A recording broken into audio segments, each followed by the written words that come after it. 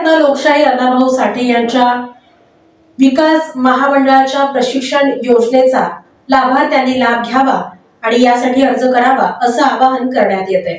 साहित्यरत्न लोकशाहीर अण्णाभाऊ साठे विकास महामंडळात मार्फत मांग मातंग मिनी मादिंग दानखणी मांग मांग महाशी मदारी राधे मांग मांग गारुडी मांग गोराडी मादगी आणि मादिगा या जातीतील गरजू घटकांच्या आर्थिक उन्नतीसाठी आणि त्यांना स्वयंरोजगाराच्या अधिक संधी उपलब्ध करून देण्याच्या उद्देशानं सन 2024 आणि 25 या वित्तीय वर्षासाठी साहित्यरत्न लोकशाहीर अण्णाभाऊ साठे विकास महामंडळाच्या वतीनं कौशल्य विकास उद्योजकता प्रशिक्षण कार्यक्रम घेण्यात येणार आहे। इच्छुक तरुण तरुणी विद्यार्थ्यांनी 25 डिसेंबर पर्यंत अर्ज करावेत असं आवाहन जिल्हा व्यवस्थापक आर.एस. चव्हाण यांनी केलंय। मातंग समाजातील तरुण तरुणींचे वाढते शिक्षण प्रमाण विचारात घेता समाजातल्या गरजू तरुण तरुणींना व्यवसाय प्रशिक्षण देऊन उपजीविकेचं साधन उपलब्ध व्हावं या उद्देशानं लोकशाहीर अण्णाभाऊ साठे विकास मंडळाच्या वतीनं कौशल्य विकास उद्योजकता प्रशिक्षण कार्यक्रम राबवण्यात येणार आहे। या कार्यक्रमांतर्गत खादी ग्रामोद्योग आयोग, भारत सरकार, डॉक्टर बी.आर. आंबेडकर ग्रामीण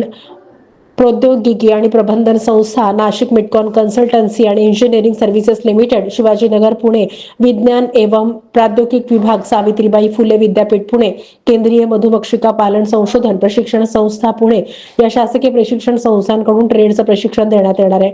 या विद्यार्थ्यांसाठी पात्रता निकष आणि अटी पुढील प्रमाणे विद्यार्थी मातंग समाजातील तत्सम 12 पोट जातीतील असावा, 18 ते 50 वर्षादरम्यान वय असावं, मंडळाच्या कोणत्याही प्रशिक्षणाचा लाभ यापूर्वी घेतलेला नसावा, महाराष्ट्रातला रहिवासी असावा, वार्षिक उत्पन्न 3 लाखापेक्षा जास्त नसावं, एका कुटुंबातील एकाच व्यक्तीस या योजनेचा लाभ घेता येणार आहे। प्रशिक्षणार्थींनी आधार कार्ड जोडलेल्या बँक खात्याचा तपशील करावा। प्रशिक्षण घेऊ इच्छिणाऱ्या तरुण तरुणी विद्यार्थ्यांनी महामंडळाचे जिल्हा कार्यालय डॉक्टर बाबासाहेब आंबेडकर सामाजिक न्याय भवन 7 रस्ता सोलापूर येथे संपर्क साधून विहित नमुन्यात आवश्यक कागदपत्रांसह 15 ते 25 डिसेंबर 2024 या कालावधीत अर्ज करावा।